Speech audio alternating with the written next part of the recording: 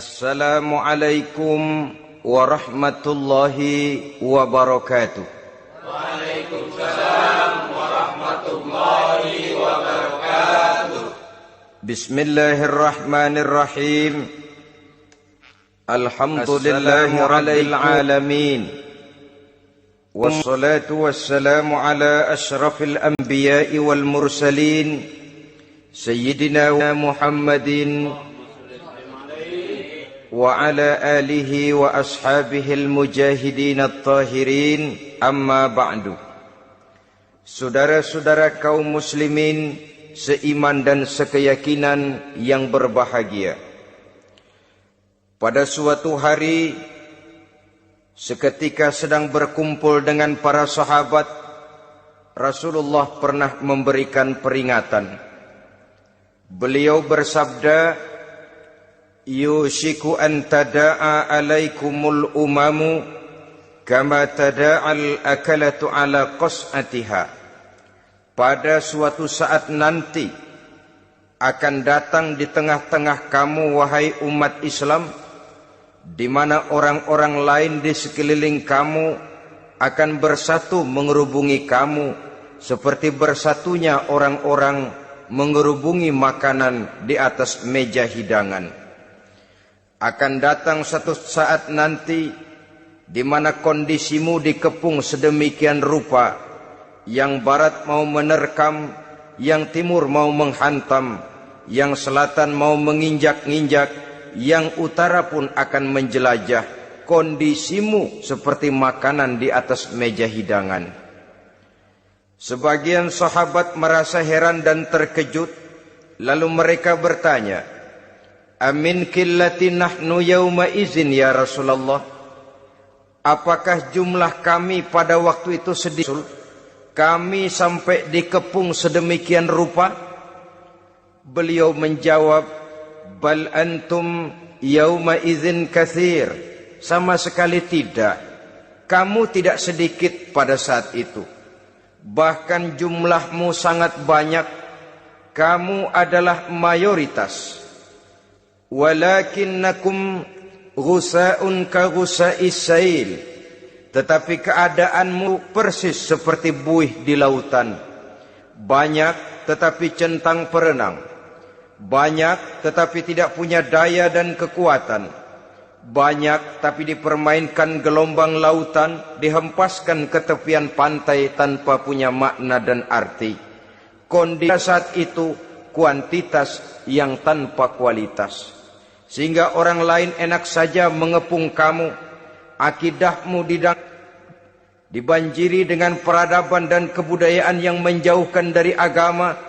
Dari segi maksiat dan munkarat seluruhnya mengepung sampai kita melepaskan nilai-nilai Islam kita ini.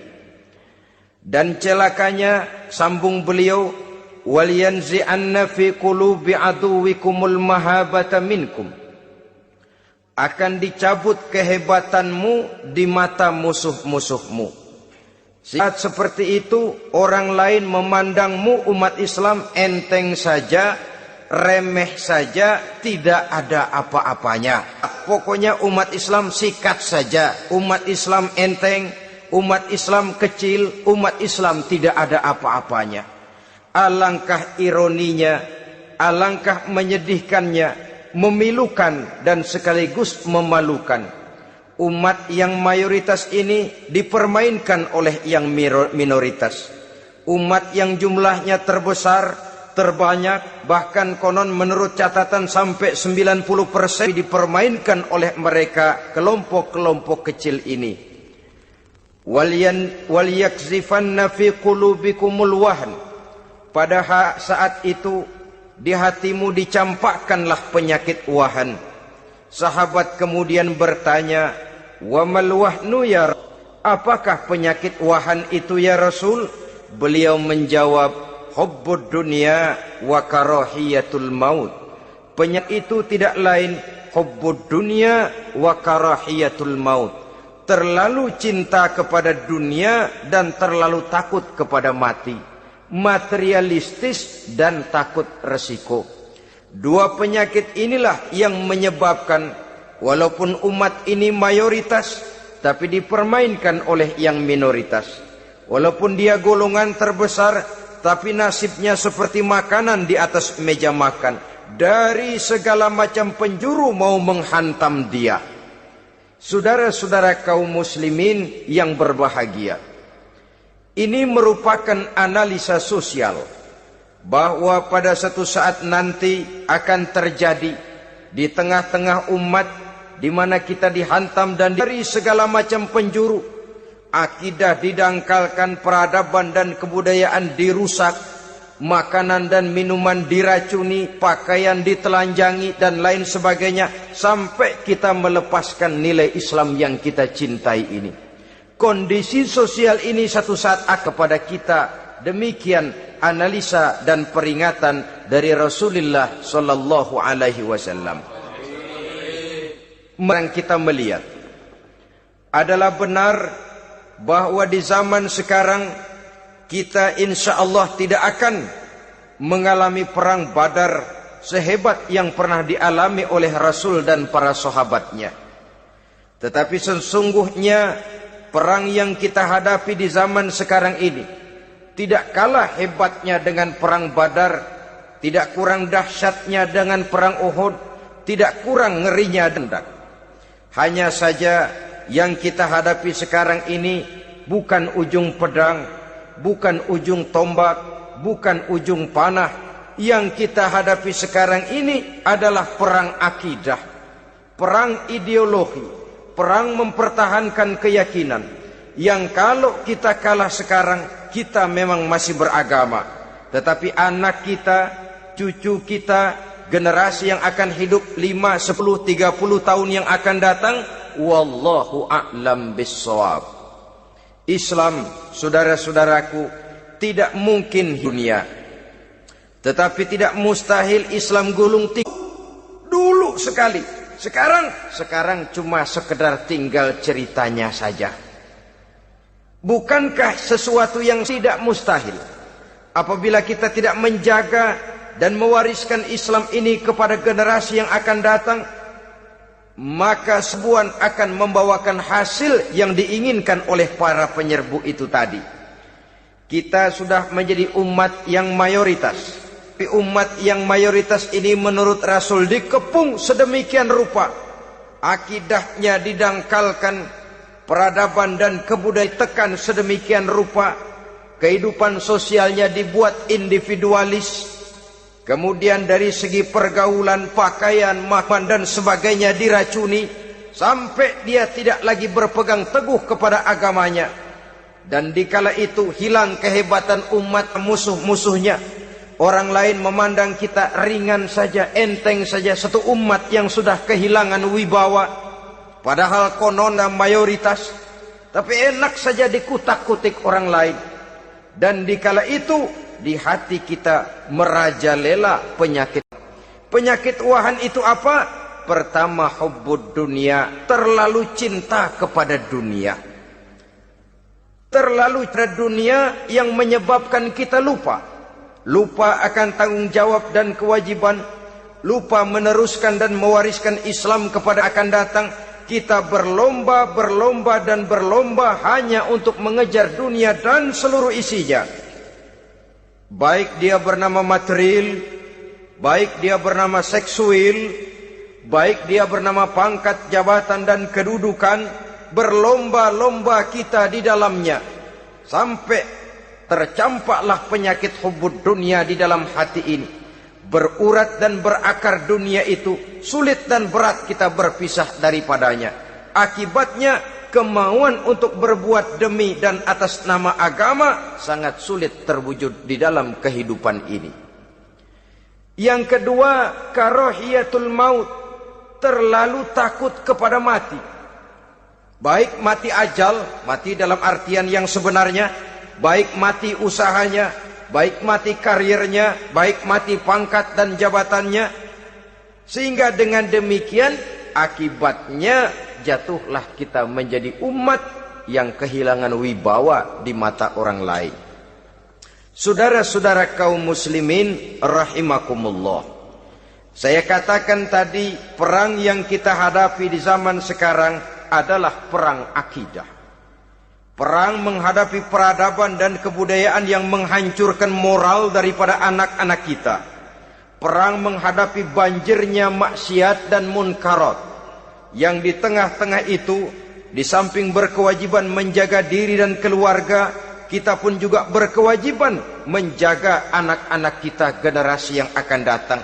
Mengarahkan dan mendidik mereka sesuai dengan yang dikehendaki oleh Allah Subhanahu wa ta'ala. Oleh sebab itu, pada pertemuan kali ini yang akan saya bicarakan ialah bagaimana idealnya seorang muslim lebih dahulu memberikan pendidikan kepada anak-anaknya. Di tengah satu situasi dan kondisi di mana serbuan datang silih berganti melanda dan menghantam umat Islam, kemana anak-anak kita ini harus kita arahkan? Karena kita orang tua mempunyai tanggung jawab. Anak adalah amanah. Menyia-nyiakan amanah adalah dosa. Dan dosa itu merupakan satu dosa yang besar. Bahkan orang tua bisa saja masuk neraka kalau tidak bertanggung jawab tentang anak-anaknya. Satu riwayat menjelaskan ada orang soleh, ngajinya cukup, solatnya cukup, puasanya cukup, zakatnya cukup, di mana ada majelis taklim hadir, baca Quran hobi, fitnah orang tidak pernah. Di akhirat setelah disidang dia ternyata lebih banyak kebaikannya daripada kejahatannya, maka dia pun diperintahkan dan dipersilahkan masuk ke dalam surga. Giliran anaknya disidang, biang okem nih anak. Ditanya, siapa Tuhanmu? Tidak tahu. Siapa nabimu? Ente nyaho. Apa kitabmu? Ora gelem. Kamu pernah sholat? Tidak. Zakat? Tidak. Puasa? Tidak. Judi? Hobi. Zina? Tiap malam. Mabuk? Berat. Wah, brengsek kamu. Kebaikan tidak ada barang sedikit pun, sementara kesalahan dan dosa berlipat ganda. Kamu neraka. Anak ini protes. Benar, saya tidak kenal siapa Tuhan saya. Saya tidak tahu siapa Nabi saya. Saya tidak tahu kitab suci dan kiblat saya. Saya tidak sholat, tidak zakat, tidak puasa. Tiap malam saya judi, saya zina, saya mabuk. Tapi saya kerjakan semua itu karena saya tidak tahu dan orang tua saya tidak pernah memberitahu saya. Dia enak-enakan hadir di majelis taklim, saya nyekek botol didiemin saja. Dia enak-enakan baca Quran, saya zina didiamkan saja. Saya bukan tidak mau, orang tua saya sama sekali tidak pernah mendidik saya. Dia mau benar sendiri. Maka kalau sekarang saya harus masuk ke dalam neraka, saya menuntut agar orang tua saya ikut sama-sama bergabung dengan saya ke dalam neraka. Gara-gara dia tuh sini. Orang tuamu yang mana? Tuh, yang barusan mau ke surga. Ini orang tua yang sudah mau berangkat ke surga dipanggil. Sebentar dulu mas. Ini benar anak kamu? Iya pak. Waktu di dunia kamu tidak pernah ajarin dia ngaji? Sampai dia tidak kenal Tuhannya, tidak kenal nabinya, tidak kenal kiblat dan kitab sucinya? Iya pak. Dia tidak sholat, kamu diamkan saja. Dia tidak puasa, tidak zakat, kamu bersikap masa bodoh. Bahkan dia zina, dia mabuk, kamu pun berdiam diri saja. Iya pak. Tahukah kamu bahwa anak ini adalah amanah? Menyia-nyiakan pendidikan pertama yang diberikan kepada anaknya ternyata adalah perkidah. Nabi Ibrahim, pertanyaan yang paling merisaukan beliau buat anak cucunya ialah ta'buduna min ba'di. Saudara bisa lihat surah Al-Baqarah ayat 133. Anak-anakku, kalau pada satu saat nanti aku, ayahmu ini sudah tidak ada lagi, meninggalkan kamu semua, meninggalkan kehidupan ini. Ma ta'buduna min ba'di, apa yang akan kamu sembah nak kalau ayah sudah tidak ada lagi? Jikalau ayahmu rajin ke masjid, melakukan rukuk dan sujud, i'tikaf dan membaca Quran, kalau satu saat ayahmu meninggal ini, masihkah engkau mau ke dalam masjid? Masihkah engkau rukuk dan sujud? Masihkah engkau i'tikaf? Ma ta'budun, di apa yang akan kamu sembah kalau aku ayahmu tidak ada lagi nak? Ditanamkan bukan hanya keyakinan sekaligus juga menyembah kepada Allah yang kita yakinkan dengan tauhid itu tadi. Bukankah berbeda dengan kita kebanyakan orang tua sekarang? Kita tidak pernah berpikir ma ta'buduna min ba'di, kalau bapak tidak ada kamu nyembah apa nak? Kita orang tua sekarang pagi-pagi malah berpikir ma ta'kuluna min ba'di, kalau bapak enggak ada kamu nanti makan apa nak? Bukan nyembah apa yang kita pertanyakan, bukan nyembah apa yang kita khawatirkan, makan apa. Maka yang dicari lalu sekolah-sekolah yang bonafit, yang tidak peduli apakah itu merusak imannya, mematikannya, menghancurkan keyakinannya. Yang penting ada jaminan hari depan bisa dapat lapangan kerja. Akibatnya duyun-duyun orang-orang tua muslim menyekolahkan anaknya di sekolah-sekolah yang bukan Islam, yang nyata-nyata membahayakan sebelum memberikan pendidikan kecerdasan, sebelum pendidikan matematika, PSPB dan disiplin ilmu lainnya. Yang pertama ditanamkan ma ta'buduna min ba'di, kalau ayahmu tidak, kamu menyembah apa nak? Menyembah Allah apa nanti malah menyembah harta? Menyembah Allah apa nanti malah mendewa-dewakan pangkat dan jabatan? Menyembah Allah apa malah nanti menyembah alam? Itu yang dikhawatirkan Nabi Ibrahim kepada generasi yang akan. Dan itu saudara-saudara yang seharusnya mengkhawatirkan kita kepada anak-anak kita, generasi yang akan datang. Lihatlah serbuan akidah di zaman sekarang ini. Dimanfaatkan kemiskinan kita umat Islam. Kita tawaran berupa beras, pakaian, obat-obatan, kalau perlu beasiswa asal bisa melepaskan keislamannya. Kalau sadarlah kita ke arah ini usaha orang di zaman sekarang, maka yang harus pertama kita tanamkan kepada kita, didik mereka dengan jiwa tauhid yang mengkristal di dalam batinnya, meresap sang sumsumnya, yang tidak akan sampai pun nyawa berpisah dari badannya, akidah itu tidak akan berpisah dari hatinya. Bahkan dia sanggup dengan tegar berkata, lebih baik saya melarat karena mempertahankan iman daripada hidup mewah dengan menjual akal. Satu khitah, satu garis kehidupan yang perlu kita wariskan kepada anak-anak kita, generasi yang akan datang. Dahulu ada satu tradisi, saudara-saudara. Kalau anak gadis kita dilamar orang, Allah subhanahu wa ta'ala. Yang ketiga, dengan penanaman roh, jiwa dan semangat, maka diharapkan anak-anak nanti pada pertumbuhannya sanggup mengendalikan hawa nafsunya. Dengan kata lain, penanaman jiwa tauhid, penanaman roh dan semangat keimanan ini merupakan kondisi dasar yang harus dilakukan belum yang lain-lainnya. Kemudian pendidikan kedua yang diberikan oleh Al-Quran, contoh dan model dengan Luqmanul Hakim ini, setelah menanamkan tauhid, ditanamkanlah kepada si anak ini rasa pada orang tuanya.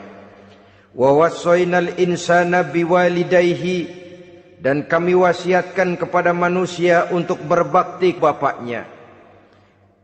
Hamalathu ummuhu wahnan ala wahnin, karena ibunya telah mengandungnya dengan di atas kepayahan. Maksudnya dengan kepayahan dan kelelahan yang berlipat ganda. Sehingga ketika Rasul ditanyakan orang, siapa yang paling harus saya taati di dunia ini? Beliau menjawab, ibumu. Kemudian siapa lagi ya Rasul? Ibu. Setelah itu siapa lagi ya Rasul? Ibumu. Dan kemudian siapa ya Rasul? Bapakmu. Ibu, ibu, ibu. Bahkan al-jannatu tahta aqdam. Tentu yang pertama, bagaimana orang tua bisa memberikan keteladanan. Marilah kita sebagai orang-orang tua ini menyadari bahwa sebelum anak kenal sekolah dasar, sebelum anak kenal TK, sanawiyah sampai kepada perguruan tingginya, yang pertama dia kenal adalah lingkungan rumah tangganya. Gurunya adalah ibu. Dikeroyokin, Pak Guru pulang sekolah dicegat, bahkan nyaris ada orang tua pernah dibunuh oleh anaknya sendiri, dan lain sebagainya. Kasus-kasusnya tidak perlu terjadi karena memang bukan saja bertentangan dengan nilai budaya kita sebagai bangsa, tapi juga bertentangan dengan ajaran agama diri. Krisis wibawa, krisis figur, yang juga akibatnya harus kita sadari banyak faktor untuk kepribadian anak. Pergaulannya, yang dibacanya, yang ditontonnya, yang disaksikannya kehidupan. Benar kita menyekolahkan mereka, tapi berapa jam mereka di sekolah? 6 jam, 7 jam paling lama. Sedangkan mereka hidup satu hari satu malam 24 jam. Kalau cuma 7 jam di sekolah, ini berarti lebih banyak dia di luar sekolah. Dan di luar sekolah itu artinya ya rumah tangganya, ya temannya, ya lingkungan di mana dia tinggal, yang seluruhnya sangat besar pengaruhnya dalam ikut membentuk kepribadian anak-anak kita. Saya katakan tadi, di samping kita menghadapi perang akidah, kita pun berhadapan di dalam perang menghadapi peradaban dan kebudayaan yang bukan saja menjauhkan kita dari agama, tetapi sanggup menghancurkan daripada anak-anak kita. Secara pribadi, saudara-saudara, saya iri, saya kagum misalnya dengan kemajuan yang diperoleh oleh negara tetangga kita, Jepang misalnya. Padahal tahun 45 menjadi satu negara superpower di Asia. Bahkan gurunya saja Amerika sekarang ini kewalahan menghadapi perang dagang dengan Jepang ini. Menarik, Jepang bisa maju dan modern dengan tetap menjadi Jepang, tanpa harus kehilangan identitasnya bangsa, tanpa harus kehilangan kepribadiannya sebagai satu bangsa. Sebagai negara yang sedang berkembang, kita ingin meniru Barat, tapi bukan teknologinya, westernisasinya yang kita tiru, bukan kulitnya yang kita ambil. Akibatnya apa? Modernnya belum, orangnya sudah Barat. Bergaulnya sudah, berumah tangganya sudah cara Barat, berpakaiannya sudah cara Barat, mendidik anaknya sudah cara Barat. Di mana ketemu orang tua cukup hello daddy. Pengaruh peradaban dan kebudayaan yang menghancurkan moral daripada anak-anak kita oleh pesatnya arus teknologi, oleh pesatnya arus komunikasi, di mana hal-hal yang ujung dunia yang paling ujung sekalipun, di ujung dunia yang paling ujung, hari ini kejadian, hari ini sudah bisa kita saksikan pesatnya arus komunikasi. Kalau jatuh ke tangan anak-anak kita yang belum filter, daya saring positif akan dicerna oleh mereka tanpa memilah dan memilih. Akibatnya orang kampung bilang dan makan nggak dikunyah lagi. Tentu saja akhirnya kelolodan, dan kalau sudah kelolodan menyusahkan seluruhnya. Oleh karena itu budaya menghormati orang tua perlu dijaga, perlu dipelihara dan diwariskan kepada anak. Tali silaturahmi sehingga ada respeknya kepada orang tuanya. Jangan bapaknya dianggap CS, ibunya dianggap CS, kakeknya dianggap CS. Hilang rasa respek, hilang rasa menghormati. Sementara orang tua tidak bisa memberikan keteladanan, kurang mendapat perhatian dan lain sebagainya.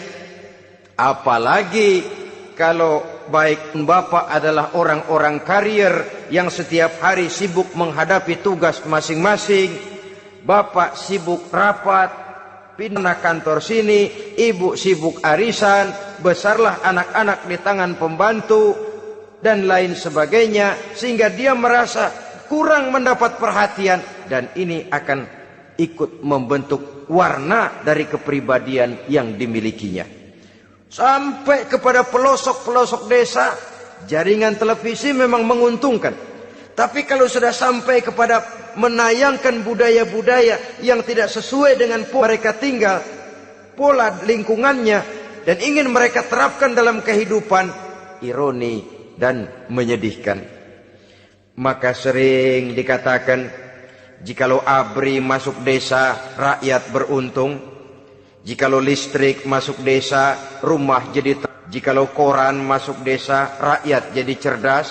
Jikalau hakim masuk desa, rakyat lalu sadar hukum. Tapi jikalau karot masuk desa, minuman keras masuk desa, judi masuk desa, pelacuran masuk desa, rakyat tentu kiamat. Dan kita harus punya budaya untuk memilah dan memilih, mempunyai filter untuk jadi daya saring positif. Oleh karena itu, saudara-saudara, tahap kedua setelah menanamkan jiwa tauhid kepada anak, tanamkan rasa hormat kepada orang tuanya. Orang tua itu ibu bapaknya, orang tua itu guru-gurunya yang mengajarkan dia, atau yang dianggap tua yang lebih senior dari dia. Karena tidak ada satu peradaban yang berdiri sendiri. Bagaimanapun maju dan modernnya kita sekarang, tentu merupakan mata rantai yang berkaitan dari generasi terdahulu. Ini yang kedua. Setelah tauhid, berbakti kepada ibu dan bapak. Tidak ada satu kebahagiaan yang bisa ditegakkan di dunia ini tanpa doa, tanpa restu daripada ibu dan bapak. Ini keramat hidup. Doanya dikabul Allah, dan kutuknya juga dikabul oleh Allah Subhanahu wa ta'ala. Jadi mendidik anak setelah menanamkan jiwa tauhid, menanamkan rasa hormat dan taat berbakti kepada ibu bapaknya. Itu yang kedua. Kemudian yang ketiga, melalui model Luqman, Quran mendorong kita untuk mendidik anak, menanamkan etika otonom. Apa itu? Ya bunayya, innaha in takum mithqala habbatin min khardalin fatakun fi sakhratin aw fis samawati aw fil ardi ya'ti biha Allah. Wahai anakku, sesungguhnya kalau ada satu kebaikan yang kamu kerjakan, kecil, tidak nampak oleh pandangan mata yang zahir, yang kecil itu tersembunyi di puncak langit, di dasar bumi yang paling dalam, batu hitam sekalipun, Allah pasti mengetahuinya dan pasti akan memberikan balasan yang seadil-adilnya. Pendidikan apa ini? Pendidikan moral, menanamkan etika otonom. Nah, kau berbuat baik jangan karena dilihat orang. Kau tidak mau melakukan kejahatan jangan cuma karena ada polisi. Kalau ada polisi kau tidak mau jahat, kucing juga begitu. Coba lihat kucing. Taruh ikan asin di piring kaleng, tongkrongin. Aduh, kucing kalem, sopan, tenang. Sedikit kita lengah, habis ikan digarap. Tapi ditanamkan satu kesadaran, kemanapun kau pergi, nak, apapun yang kau kerjakan, tersembunyi di tengah batu, di dasar bumi, di puncak langit, Allah pasti tahu. Dalam bahasa yang ringan, nak, kita ini diawasi oleh dua hiperkomputer yang maha sensitif. Produk mereknya Rokib dan Atid. Masuk ke liang kubur baru sadar. Apalagi kalau nafas sudah sampai di tenggorokan. Persis Fir'aun. Sudah tenggelam di lautan merah. Mau mampus. Baru dalam sekaratnya, amani Rabbi Musa wa Harun. Kalau begini caranya, saya juga percaya kepada Tuhan Musa dan Harun. Percaya kepada Allah. Mati. Baru amantu bi Rabbi Musa. Kami percaya kepada Tuhan Nabi Musa, kata Fir'aun. Malaikat maut kesel benar terus di laut. Mampus tuh sekalian. Hidup ini memang kita berlomba, berwaktu, berlomba dengan umur, berlomba dengan tenaga, berlomba dengan tetangga. Yang jangankan kita berhenti saja sejenak, kita akan ditinggalkan oleh yang lain.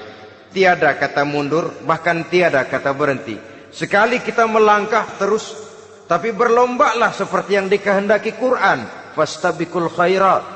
Berlomba-lombalah di dalam kebajikan. Jangan berlomba-lomba di dalam kemaksiatan, kemunkaran, kejahatan. Berlombalah dalam urusan kebaikan.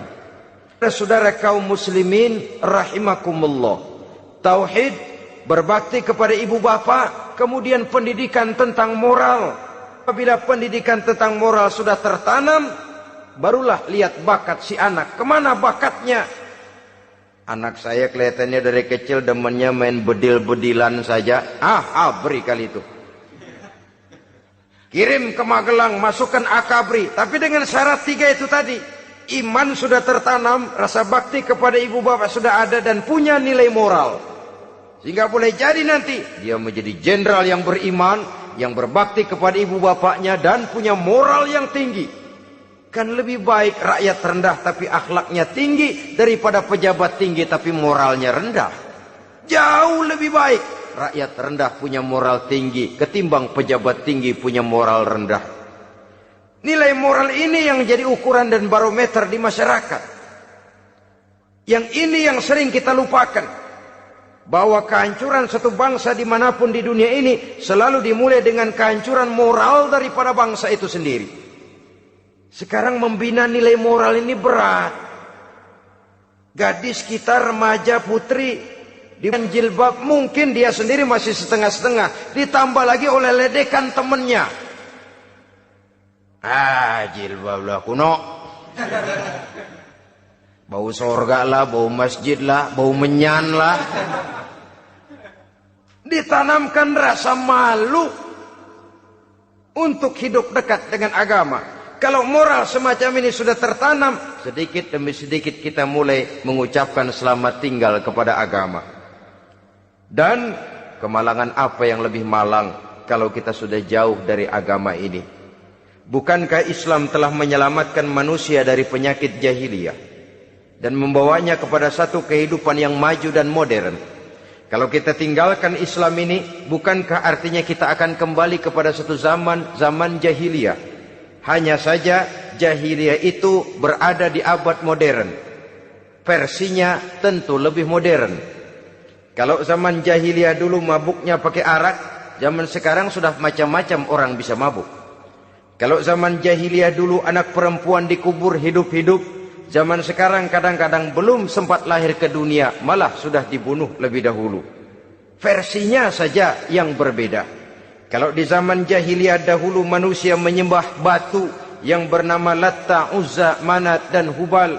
Di zaman jahiliyah modern sekarang ini orang sering menyembah kepala bagiannya, sering menyembah atasannya, sering menyembah komputer, sering menyembah teknologi modern yang lebih diyakininya daripada Allah sebagai keyakinan sentral di dalam hidupnya. Saudara-saudara kaum muslimin rahimakumullah. Jadi yang ketiga, nilai moral yang ditanamkan kepada anak-anak kita supaya dia bisa menghadapi tantangan-tantangan hidup yang semakin berat ini dengan tetap berpegang teguh kepada nilai-nilai moral yang diwarnai oleh jiwa keimanannya yang bersumber dari ajaran agamanya. 3. Kemudian yang keempat, barulah tatanan kehidupan sehari-hari. Apa kata Luqman? Ya bunayya aqimis sholah.